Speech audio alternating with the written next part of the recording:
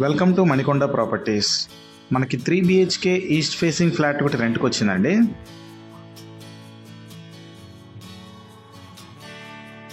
ఈ flat rent 30,000 చెప్తున్నారు. 2,000 rupees maintenance ఉంటుంది. ఈ ఫ్లాట్కి పూజా రూమ్ సపరేట్ ఇచ్చారండి.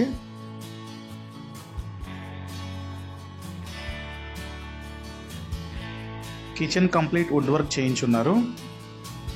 కిచెన్లో చిమ్నీ, వాటర్ ప్యూరిఫైయర్ కూడా ఇస్తున్నారండి.